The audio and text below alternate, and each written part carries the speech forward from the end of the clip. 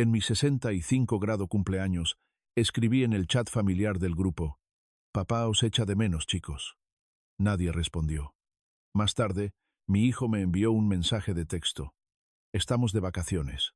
Papá, no seas tan dramático. Feliz cumpleaños. En un rato te envío la factura del hotel». Esa misma noche, hice algo que nunca esperaron. Cerré el cajero automático llamado Vicente Herrero. Bienvenidos a la venganza de la vida real de papá. Mi nombre es Vicente. Si alguna vez te han tratado como una herramienta financiera las mismas personas a las que amas, entenderás cómo me siento ahora mismo. Me alegro de que estés aquí. Quédate conmigo hasta el final para ver cómo recuperé mi respeto. Y deja un comentario diciéndome la ciudad desde la que estás viendo, para que pueda ver hasta dónde ha viajado mi historia. 7:30 de la mañana. El silencio era tan profundo que casi podía escuchar la sangre corriendo por mis venas. El tic-tac del reloj en la pared sonaba seco y hueco, como el golpe de una condena a cadena perpetua por soledad. Me senté en la familiar mesa de roble, donde hace solo 2 años Marta solía sentarse frente a mí, quejándose de que le ponía demasiado azúcar a su café. Ahora, el asiento frente a mí no era más que espacio vacío y luz solar flotando a través de motas de polvo danzantes. Cogí mi teléfono. La brillante pantalla reflejaba mi rostro arrugado y mis ojos cansados. Mis dedos temblaron mientras abría el chat familiar del grupo con los 12 miembros. Escribí y reescribí cada palabra como si fuera una última oración enviada a las personas que llevaban mi sangre. Todo lo que quería era una pequeña señal de presencia, un abrazo o simplemente una cena cálida llena de las risas de mis nietos. Pasó 1 hora, luego 2. Mi teléfono permaneció inmóvil sobre la mesa fría. Lo miré esperando la más mínima señal. Me mentí a mí mismo, pensando que quizás Leonardo estaba ocupado en una reunión de la junta, quizás Sara estaba llevando a los niños a la escuela, pero mi corazón sabía la verdad. Esto era indiferencia, cuidadosamente programada. Cerca de las 2 de la tarde, finalmente apareció una notificación. Leonardo no me deseó un feliz cumpleaños, no preguntó cómo estaba. Simplemente me lanzó una orden envuelta en sarcasmo sobre un anciano siendo dramático. Para él, mis sentimientos eran una carga, pero mi billetera era un privilegio que creía merecer. Mi pecho se apretó mientras un dolor agudo se extendía desde mi corazón hasta la parte superior de mi cabeza. Nunca había hablado de las noches que trabajaba turnos dobles en la fábrica, mis pies hinchados y sangrando solo para comprarle su ropa de diseñador o sus primeros coches. Nunca pedí un reembolso, pero la forma en que usaron mi dinero para disfrutar del lujo en la Costa del Sol mientras me dejaban desvanecerme en silencio en mi cumpleaños fue un insulto que no pude perdonar. Esa misma noche les corté el acceso a las cuentas que habían estado usando. 37 llamadas perdidas después, una tormenta ya estaba en el horizonte. Me levanté y caminé hacia mi escritorio. El temblor había desaparecido, reemplazado por una fría determinación. Miré la fotografía de Marta y susurré: «El juego ha terminado». Después de presionar el botón de confirmación para bloquear todas las tarjetas secundarias, dejé el teléfono sobre la mesa. Me quedé allí en la tenue oscuridad de la sala de estar sintiendo un silencio escalofriante antes de que llegara la verdadera tormenta. Por un momento, me pregunté si había sido demasiado cruel. Pero luego el mensaje de Leonardo volvió a mi mente como una cuchilla cortando el último pedazo de compasión que me quedaba.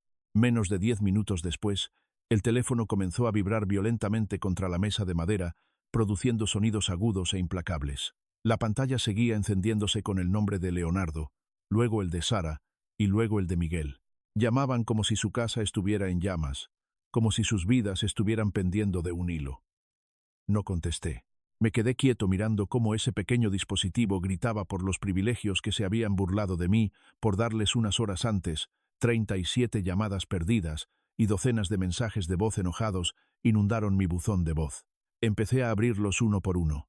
La voz de Leonardo explotó a través del altavoz, llena de arrogancia y humillación. «Papá, ¿qué diablos estás haciendo? Mi tarjeta acaba de ser rechazada frente a mi jefe y mis clientes en el restaurante. ¿Tienes idea de lo humillante que fue eso?» Me miraron como si fuera una especie de estafador. «Vuelve a encenderla ahora mismo, o te arrepentirás». Podía oírlo respirar con dificultad, la rabia de alguien que siempre había tratado la billetera de otra persona como propia. Luego vino Sara. Su voz se quebraba entre lágrimas y el ruidoso fondo de un centro comercial de lujo. Papá, estoy en la caja con un carrito lleno de cosas para los niños. Todos me miran porque la tarjeta no funciona. Estás tratando de matarme de vergüenza. Ni siquiera tengo dinero en efectivo conmigo. Sonreí amargamente. No tenía dinero en efectivo. Sin embargo, siempre tenía dinero para comprar vestidos de diseñador que valían miles de euros con el sudor de mi trabajo. La ira dentro de mí lentamente dio paso a algo más frío, algo dolorosamente claro. Me di cuenta de que, a sus ojos, yo no era un padre. Era un cajero automático con emociones, una herramienta que usaban para mantener su imagen glamorosa y artificial frente al mundo. Cuando la tarjeta funcionaba, yo era el padre maravilloso. Cuando el dinero dejó de fluir, me volví egoísta e irracional. Caminé hasta la ventana y miré la calle tranquila. La traición no viene de los enemigos, viene de las personas a las que una vez habrías dado tu vida para proteger. Leonardo fue humillado frente a su jefe.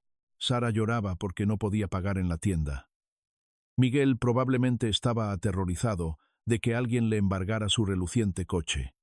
Todas sus preocupaciones giraban en torno al dinero. Ninguno de ellos preguntó por qué había hecho esto. Ninguno de ellos se preguntó si mi corazón se había destrozado esa mañana. Nunca llamaron para pedir consejo o para hablar. Llamaban cuando necesitaban dinero. Y cada vez antes de esto, siempre había dicho que sí. Pero esa indulgencia había terminado. Sentí una extraña fuerza nueva moviéndose por mis venas. Esto no era una venganza ciega. Era una cirugía que extirpaba los tumores de la dependencia. Volví a mirar el historial de transacciones y vi los gastos de lujo en la Costa del Sol. Había trabajado turnos dobles en la fábrica hasta la jubilación para que ellos pudieran vivir esa vida, y usaron ese mismo dinero para comprar su desprecio por mí. Me alegro de que estés aquí. Quédate conmigo hasta el final de esta historia, porque aquí es donde comienza el verdadero despertar. Esta lucha es solo el comienzo de un viaje para reclamar mi libertad. Entré al dormitorio y saqué el viejo cuaderno de Marta. Era hora de ver los números reales detrás de este engaño. Entré a mi dormitorio minimalista, donde el tenue aroma a lavanda de las almohadas de Marta aún permanecía como un consuelo silencioso. Abrí el cajón de la cómoda de roble y saqué una vieja caja de lata que guardaba los secretos que había intentado ignorar durante demasiado tiempo. Dentro había montones de facturas, extractos bancarios y el cuaderno de cuero que Marta usaba para rastrear nuestros gastos antes de dejar este mundo. Pasé cada página lentamente sintiendo como si estuviera tocando heridas que nunca habían sanado por completo. Los números comenzaron a revelarse con brutal claridad, y cada número llevaba una dulce mentira detrás. 28.700 euros de mis ahorros de jubilación habían desaparecido en los últimos 12 meses. Cada euro se había destinado a las supuestas emergencias que mis hijos habían inventado cuidadosamente. Recordé el pánico en el rostro de Miguel cuando afirmó que necesitaba dinero para una cirugía urgente después de un accidente. En realidad, se había usado para cubrir deudas de sus imprudentes fiestas. Recordé las lágrimas en los ojos de Sara cuando me dijo que Emma no podía pagar su matrícula escolar. La verdad era que usó el dinero para comprar la última colección de bolsos de diseñador. Marta tenía razón. Me había advertido una y otra vez que los estaba habilitando en lugar de ayudarlos verdaderamente. Lo había llamado bondad tóxica. Bajo el suave resplandor de la lámpara de escritorio, encontré su anillo de bodas descansando en el fondo de la caja. Una vieja promesa surgió en mi mente. Marta me había hecho prometer que si alguna vez se iba, viviría para mí. Sin embargo, durante los últimos 2 años, había sido un sirviente de la codicia de unos hijos que ya eran adultos. Me había negado a mí mismo el consuelo solo para desempeñar el papel de una billetera interminable mientras ellos trataban mi existencia con silencioso desprecio. El cambio dentro de mí se sintió como un terremoto. Comencé a ordenar el viejo armario de Marta. Mientras sostenía uno de sus suéteres gastados, una extraña fuerza surgió dentro de mí. Ya no era el lastimoso padre abandonado en su cumpleaños. Era un hombre que reclamaba su vida de los parásitos. Esta vez, el nombre Vicente Herrero ya no se asociaría con la debilidad. Viviría por Marta, y viviría por mí. Apreté el puño alrededor de su anillo de bodas, sintiendo el frío metal presionar mi palma como un juramento solemne. Mañana por la mañana, Leonardo vendría aquí, y estaba listo para mostrarle que el cajero automático del que dependía no solo estaba cerrado. Había desaparecido para siempre. Miré mi reflejo en el espejo y vi a un hombre diferente al que se había despertado esa mañana. Un hombre listo para enfrentar la tormenta. El rugido del motor de un coche desde el final de la calle se estrelló directamente en la sala de estar sacudiendo las viejas fotografías del estante. Me senté allí en la mesa de roble, mi mano agarrando una taza de café que hacía mucho tiempo se había enfriado. La puerta principal se abrió de golpe con un violento estruendo. Leonardo entró furioso, con la cara enrojecida y la respiración pesada de ira. Sus zapatos caros golpearon el suelo, cada paso fuerte destrozando el silencio que había intentado preservar toda la mañana. «¿Qué diablos crees que estás haciendo, papá?», gritó Leonardo, agitando su billetera de cuero como si quisiera lanzármela directamente a la cara. ¿Tienes idea de lo humillado que fui? Mi jefe, mis clientes, todos estaban allí mirándome como si fuera una especie de payaso cuando esa estúpida tarjeta fue rechazada. ¿Estás tratando de destruir mi carrera por un mensaje de cumpleaños? ¿Realmente eres tan egoísta? No me levanté. Ni siquiera lo miré, lentamente. Dejé mi taza de café y sentí el leve temblor del suelo bajo mis pies.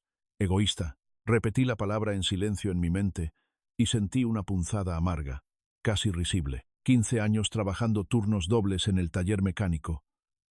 Con las manos cubiertas de cicatrices, mi espalda doblada por el peso de su matrícula, y todo lo que me había ganado era la palabra egoísta. ¿Cuándo fue la última vez que llamaste solo para preguntar cómo estaba tu padre?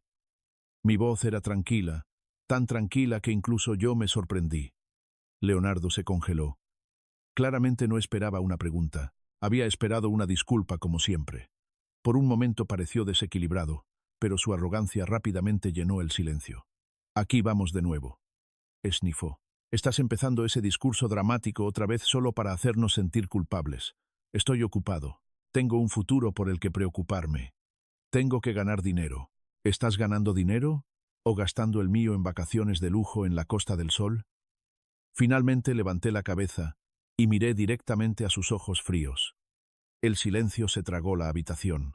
El único sonido era la respiración pesada de Leonardo. Me levanté lentamente, caminé hacia el gabinete y saqué un frasco de la salsa de tomate que había cocinado la noche anterior. El rico olor a tomates y tomillo se extendió por el aire trayendo recuerdos de cenas familiares cuando Marta aún vivía. Leonardo miró el frasco. Por un breve momento un destello de algo pasó por sus ojos. Arrepentimiento quizás, pero desapareció tan rápido como llegó. «Te quedas aquí exigiendo dinero y privilegios», continué, mi voz tensa. «Pero, ¿alguna vez has visto la soledad del anciano que vive en esta casa?» Leonardo dio un paso atrás. Su boca se movió, pero las palabras no salieron claramente. Por primera vez, realmente miró alrededor de la casa vacía. Vio el polvo acumulándose en la silla de su madre. La emoción en mi pecho se apretó como un nudo. Le acerqué el frasco de salsa. «Dices que quieres dinero, pero ni siquiera sabrías cómo sobrevivir sin mi tarjeta. Toma este frasco y vete, Leonardo. Esto es lo único que queda del amor que aún puedes recibir de esta casa». Leonardo miró el frasco, luego a mí.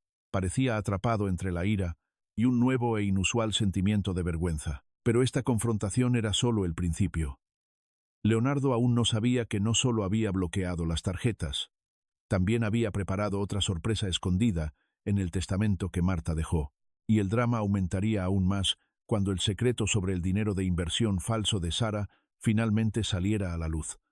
«Quédate conmigo, porque la verdadera justicia estaba a punto de comenzar». Leonardo se fue con un portazo tan fuerte que la foto de la boda de Marta y yo se tambaleó en el estante. El silencio volvió, pero no trajo paz. Era pesado como plomo presionando la habitación. Me senté en el viejo sillón sintiendo cómo la madera crujía bajo el peso de un cuerpo envejecido y desgastado por años de mentiras. Abrí mi cuaderno de cuero y comencé a subrayar los números que había ignorado durante demasiado tiempo.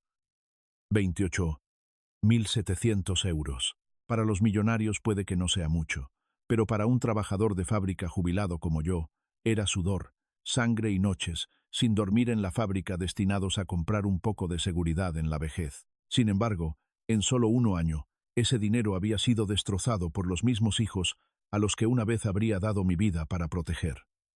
Cada gasto se repitió en mi mente como escenas de una película de terror.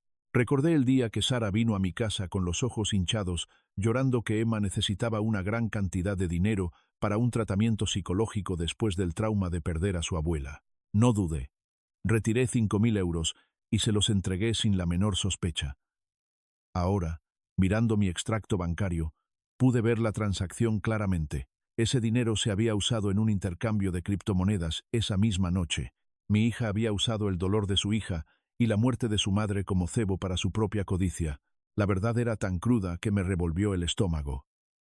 Me di cuenta de que no había estado ayudando a mis hijos en momentos difíciles. Había estado alimentando monstruos con rostros de familia. Mi generosidad había sido el veneno que lentamente les despojó de su humanidad. Me levanté y caminé hacia la cocina. De la nevera saqué el frasco restante de salsa de tomate. El fuerte aroma a ajo y tomillo llenó el aire trayendo recuerdos de cuando Marta aún vivía. Vicente, solía decir, no te conviertas en una billetera interminable para ellos. Olvidarán cómo valerse por sí mismos. En ese momento, la reprendí por ser demasiado dura con los niños. Ahora cada una de sus palabras se sentía como una bofetada a mi propia tontería. Me miré en el espejo. El hombre que me miraba parecía desconocido. Sus ojos marcados por las profundas líneas de la decepción. Decidí limpiar el armario de Marta. Uno por uno doblé sus suéteres y bufandas pulcramente. Cuando cogí su anillo de bodas, un fuerte escalofrío me recorrió la espalda. Ese fue el momento en que me hice una promesa a mí mismo. A partir de este momento, nunca permitiría que nadie pisotee mi amabilidad de nuevo. Bloquear las tarjetas era solo el principio. Les haría ver la podredumbre dentro de sí mismos. Le quitaría la máscara a Sara justo delante de Leonardo, para que fueran testigos de la rapidez con que su supuesta lealtad familiar se desmoronaría una vez que el flujo de dinero se detuviera. Sabía que la próxima tormenta ya estaba en camino. Sara acababa de enviar un mensaje diciendo que estaba parada afuera de mi casa con una pila de facturas impagadas. Pero esta vez, Vicente Herrero no abriría la puerta con su billetera. La abriría con la verdad más amarga que jamás habían enfrentado. El timbre sonó una y otra vez, fuerte e impaciente, como si quisiera destrozar el frágil silencio que aún se aferraba a la casa. No me apresuré.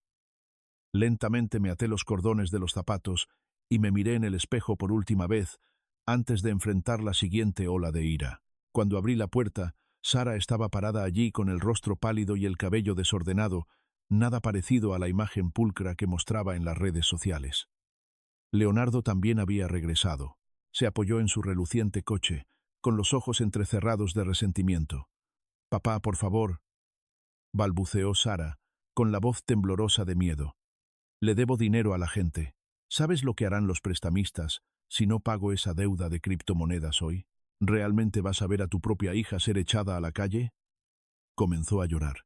Las lágrimas rodaron por sus mejillas, pero ahora todo lo que vi fue la actuación de una mala actriz intentando interpretar su última escena para exprimirle dinero a un anciano.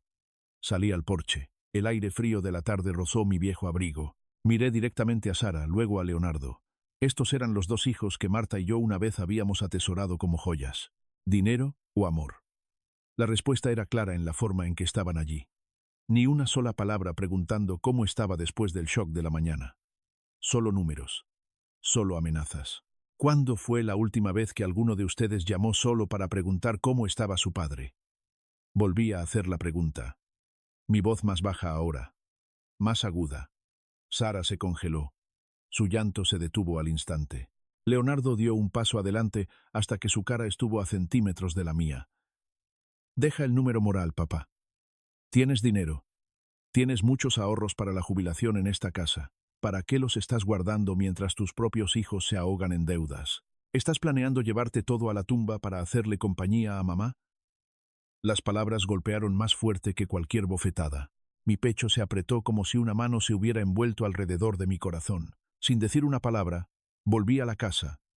Cogí el frasco de salsa de tomate que Marta me había enseñado a hacer y lo lancé al suelo de ladrillo justo delante de Leonardo. El cristal se hizo añicos. La salsa roja salpicó sus zapatos caros, extendiéndose como oscuras manchas de sangre seca. «No me quieres», dije en voz baja. «Quieres mi billetera. Quieres la protección ciega que tontamente te di durante años. Marta tenía razón. Crié monstruos en lugar de seres humanos. Leonardo miró sus zapatos manchados. Su rostro se contorsionó de ira, pero ahora también había algo más. Miedo. Miedo a la repentina transformación del padre, que siempre había sido tranquilo y obediente. A partir de este momento, cada número con el que contaba se ha convertido en nada. Me giré hacia Sara, la hija que una vez había sido mi mayor orgullo. Tu cuñado debe dinero en criptomonedas, y usaste la enfermedad de tu hija como excusa para robarme mi jubilación. Dime algo, Sara. ¿Todavía eres humana? Sara bajó la cabeza. No podía mirarme a los ojos. Sus hombros temblaron, ya fuera por vergüenza o por la pérdida del dinero que pensaba que obtendría. Ya no me importaba. Me di la vuelta, volví a entrar y cerré la puerta con llave. Mis dos hijos de pie en el jardín entre los cristales rotos y el fuerte olor a salsa de tomate. El nudo en mi pecho finalmente se aflojó. Ya no sentía dolor. Me sentí libre, pero sabía que la verdadera inversión aún no había sucedido. Leonardo y Sara no se rendirían tan fácilmente, y la mayor sorpresa todavía esperaba en manos de una tercera persona que nunca esperarían. Quédate conmigo, porque la verdadera clave de la justicia en esta historia aún no se había revelado. Me senté inmóvil detrás de la puerta de madera cerrada, escuchando cómo las maldiciones airadas de Leonardo resonaban por el patio y el dramático sollozo de Sara se desvanecía lentamente. La casa volvió a su aterrador silencio. Pero dentro de mi mente, las piezas de la traición finalmente encajaban. Caminé hacia mi escritorio y saqué la pila de documentos que había recolectado discretamente con la ayuda de un viejo amigo que trabajaba en el banco. Este era el momento en que la máscara de Sara finalmente caería. Cogí mi teléfono, mis manos ya no temblaban. Abrí la grabación de voz que había capturado de su discusión el mes pasado, cuando pensaron que me había quedado dormido en el sillón. La voz de Sara llenó la habitación oscura, lo suficientemente fría como para enviarme un escalofrío por la espalda. Papá es viejo, tarde o temprano, esta casa nos pertenecerá. Solo di que Emma necesita dinero para el tratamiento, y él nos entregará todo. Esa frase había sido la cuchilla fatal que cortó mi último hilo de confianza. Resultó que la deuda de criptomonedas de su marido era solo la punta visible del iceberg. Sara había estado usando el dinero de mi jubilación para encubrir sus turbias inversiones y la imagen lujosa que exhibía en las redes sociales. No solo me había engañado a mí, también había engañado a su propio hermano, tratando de asegurar una parte mayor de la herencia que creía que eventualmente dejaría. La verdad era tan cruda que me revolvió el estómago. Sentí asco por la misma sangre que corría por sus venas.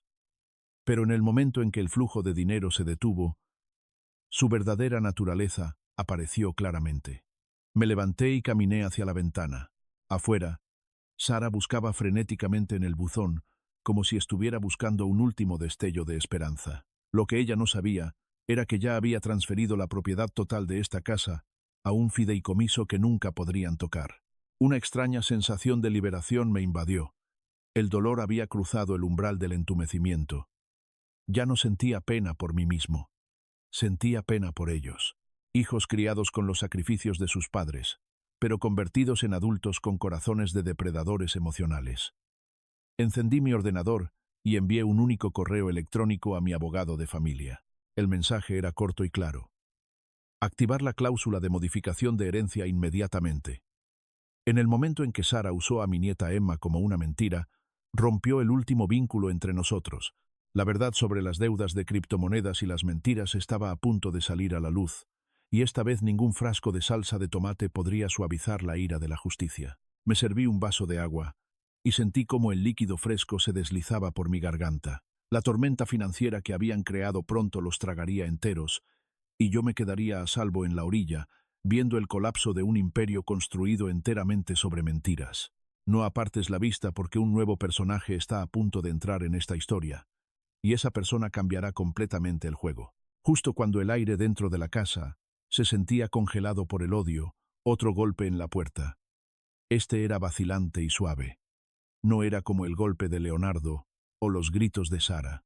Cuando abrí la puerta, vi a Jaime, mi nieto de 17 años, de pie allí. Tenía los ojos rojos e hinchados y sostenía una pila de papeles arrugados en sus manos. Me miró con tanta culpa que casi parecía que él creía ser el responsable de todo lo que había sucedido. «Abuelo, lo siento», dijo Jaime, con la voz temblorosa. «Escuché todo lo que mamá te dijo sobre Emma. Ya no puedo quedarme en silencio». Me entregó los papeles. No eran facturas de hospital para Emma como Sara siempre había afirmado. Eran avisos de deuda vencida y advertencias de ejecución hipotecaria dirigidos a la casa de Sara. «Tu hija usó tu dinero para pagar las pérdidas de criptomonedas de mi padrastro», continuó Jaime en voz baja, «pero aún no fue suficiente. Te mintieron para poder usar el último de tus ahorros de jubilación para ocultar sus errores». Me quedé allí en un silencio atónito, mirando a mi nieto. Por primera vez ese día, algo cálido se movió por el corazón que se había estado convirtiendo en piedra dentro de mi pecho. En una familia llena de depredadores, todavía había un alma joven con integridad. Jaime no había venido a pedir dinero, había venido a devolver la verdad. Me dijo que Emma, mi pequeña nieta, en realidad estaba sana, pero su madre a menudo la había obligado a fingir que estaba enferma cada vez que me visitaban para que Sara pudiera pedir más dinero. La crueldad de Sara había alcanzado una nueva profundidad cuando comenzó a usar la inocencia de su propia hija como arma de engaño. Pero la presencia de Jaime lo cambió todo. En ese momento, me di cuenta de que todavía tenía una razón para luchar, no para castigar a mis hijos ingratos, sino para proteger a mis nietos de la decadencia moral de sus padres. Abracé fuertemente a Jaime, sintiendo la calidez de la honestidad que aún existía en esta familia rota. Lo dejé entrar, le serví un vaso de zumo de naranja y le pedí que me contara todo. Con cada frase que pronunciaba, otra pieza del rompecabezas de la traición encajaba, y finalmente entendí lo que tenía que hacer. No solo cortaría el dinero, establecería un fideicomiso educativo separado para Jaime y Emma, un fondo que Sara y Leonardo nunca podrían tocar, ni un solo euro, porque la salvación no viene de montones de dinero en efectivo, viene de depositar la confianza en las personas adecuadas. Afuera, la tormenta seguía rugiendo, pero dentro de esta habitación, una nueva llama de esperanza finalmente se había encendido. Justo después de que Jaime se fuera, mi teléfono volvió a vibrar. Estaba listo para rechazar la llamada de inmediato, asumiendo que era otro ataque de Leonardo o Sara. Pero el nombre en la pantalla me hizo dudar. Era Miguel, mi hijo menor, el que no había sabido nada en 6 meses, desde que desapareció con una montaña de deudas. «Papá», la voz de Miguel llegó a través del teléfono ronca y temblorosa. De fondo, podía escuchar el viento y pasos apresurados. «Estoy frente a un centro de rehabilitación. Gasté el último dinero que me diste en esas cosas terribles. Casi lo termino todo porque sentía que no merecía vivir». Hizo una pausa, luchando por respirar. «Pero hoy, cuando estaba a punto de llamarte para pedirte un último pago, algo me detuvo. De repente recordé el olor a salsa de tomate de mamá. Recordé cómo te agotaste trabajando en la fábrica solo para que yo pudiera tener ese coche». No dije nada. Las lágrimas se deslizaron lentamente por las profundas líneas de mi rostro. A diferencia de la ira de Leonardo o la manipulación de Sara, la voz de Miguel transmitía una verdadera rotura. «Escuché que les bloqueaste las tarjetas», continuó en voz baja. «Me alegro de que lo hayas hecho. Por favor, no me des otro euro, papá. Ya me registré en este lugar. Trabajaré en el taller de carpintería aquí para pagar lo que debo». Su voz flaqueó. «Solo quería decir que lo siento por ser un hijo tan terrible». La confesión de Miguel se sintió como agua fresca derramada sobre un corazón que había estado ardiendo todo el día. Me di cuenta de que mi firmeza no solo había sido un castigo, también había sido el empujón que un alma perdida necesitaba para encontrar su camino de regreso. Miguel no llamó para pedir dinero. Llamó para recuperar su dignidad. Por primera vez, desde que comenzó la tormenta de la traición financiera, sentí algo que se parecía a la redención. Miguel había roto el patrón. Llamó no para suplicar, sino para confesar. No para exigir ayuda, sino para rechazar la protección ciega. Una fuerza tranquila surgió dentro de mí.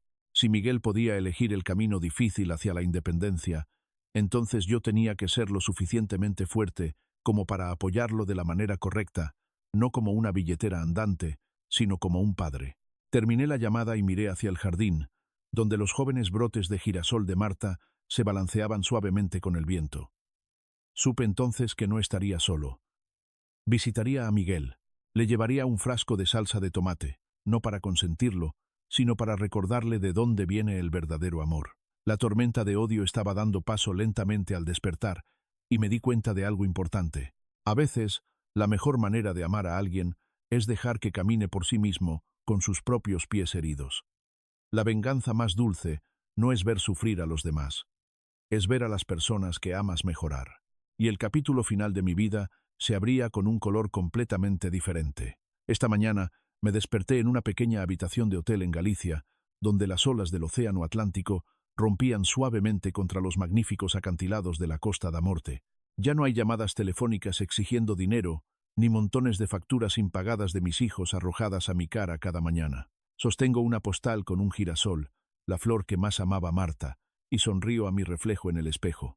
A los 65 años, finalmente entiendo lo que se siente al respirar la libertad después de tener el coraje de atravesar la tormenta de la traición. Leonardo y Sara ya no forman parte de mi vida a través de amenazas o súplicas desesperadas. Cuando anuncié mi Nuevo Testamento, transfiriendo todos mis bienes a un fideicomiso educativo para Jaime y Emma, gritaron como animales hambrientos, pero simplemente los miré con calma y dije una frase. Chillí toda mi vida. Ahora, te daré algo más valioso que el dinero, el respeto propio.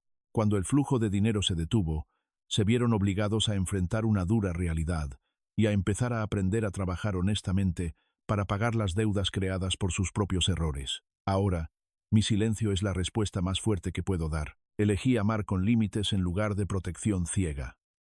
El último mensaje de Miguel llegó esta mañana. Era una foto de él construyendo una silla de roble con sus propias manos en el taller del centro de rehabilitación. No pidió dinero, solo escribió: lo estoy intentando para que un día puedas sentarte en esta silla y sentirte orgulloso de mí. Las lágrimas cayeron sobre la postal en mis manos, pero eran lágrimas de alivio y esperanza. Muchas personas miran sin hacerlo, y no te cuesta nada, pero significa mucho para nosotros. Me paro en el acantilado ventoso, sintiendo lo pequeña que es una persona ante el vasto poder de la naturaleza. El dolor del pasado ahora no se siente más que como granos de arena bajo mis pies. He recuperado mi vida, he recuperado la dignidad de un padre. Y lo más importante, he recuperado mi fe en la integridad de la próxima generación a través de Jaime y Emma. La vida es una serie de elecciones, y estoy orgulloso de que al final elegí la correcta. Bienvenidos a mi nueva vida, una vida sin facturas, solo sueños que apenas comienzan a florecer.